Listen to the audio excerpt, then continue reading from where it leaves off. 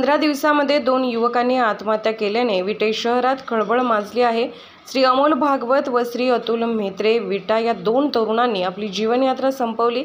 श्री अतुल म्हेत्रे याचा विटा नगर परिषद शेजारी नाश्ता सेंटरचा व्यवसाय असून त्याचा स्वभाव अतिशय मनमिळावू व आध्यात्मिक होता। कोरोना काळात त्यांनी अनेक गरजू लोकांना मदतीचा हात दिला होता। त्याने अचानक घेतलेल्या निर्णयामुळे समाजामध्ये उलटसुलट चर्चा सुरू आहे। या 2 तरुणांच्या आत्महत्येचे गूढ उकलले नसले तरीही या 2 तरुणांनी आर्थिक विवंचनेतून आत्महत्या केली असल्याची कुजबूज समाज माध्यमांमध्ये व जनमानसामध्ये सुरू आहे।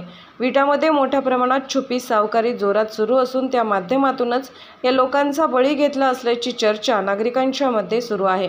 गेल्या काही वर्षापासून सरकारच्या चुकीच्या धोरणामुळे यंत्रमाग व्यवसाय मोठ्या प्रमाणावर अडचणीत आला। त्याचबरोबर पोल्ट्री व्यवसायही अडचणीत आल्यामुळे समाजातील अनेक आणि तरुण सावकारीच्या व्याजाच्या विळख्यात अडकले आहेत। 10%, 20%, 30%, 40% ही व्याजाने पैसे लोक देत आहेत आणि यामध्ये सामान्य लोक भरडली जात आहेत। समाजामध्ये निर्माण झालेल्या आर्थिक विषमतेमुळेच हे घडत आहे। या जाळ्यातून समाजातील हे सामान्य लोक बाहेर कधी पडणार, ही गंभीर समस्या कशी सुटणार हाच खरा प्रश्न आहे।